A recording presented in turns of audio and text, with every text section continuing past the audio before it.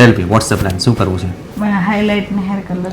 Okay, hair colour and highlights. હવે તમારા I can see કે પહેલા હાઇલાઇટ્સ કરેલી છે તમે હા બહુ ટાઈમ પહેલા. હા 2 વર્ષ થયા. યા, અને ગ્રે હેર બી છે તમારે. હા સો તમારે ગ્રે અત્યારે પહેલી વાર થયા છે, પછી કલર નથી કરાવ્યો. થયા પછી કલર નથી કરાવ્યો. નહીં. ઓકે, સો તમારે ગ્રે હેર કવર કરવા છે કે તમારે ગ્રે હેર કવર નહીં થાય તો ચાલશે?